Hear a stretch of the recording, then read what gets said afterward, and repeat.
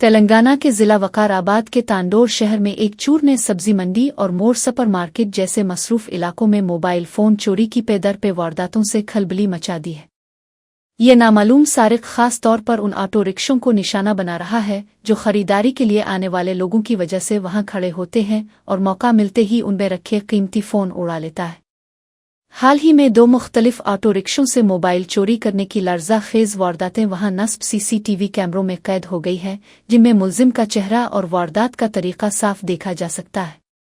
متاثرہ افراد نے فوری طور پر مقامی پولیس اسٹیشن میں شکایت درج کرائی ہے، جس کے بعد حکام نے فوٹیج کی بنیاد پر تلاشی مہم شروع کر دی ہے۔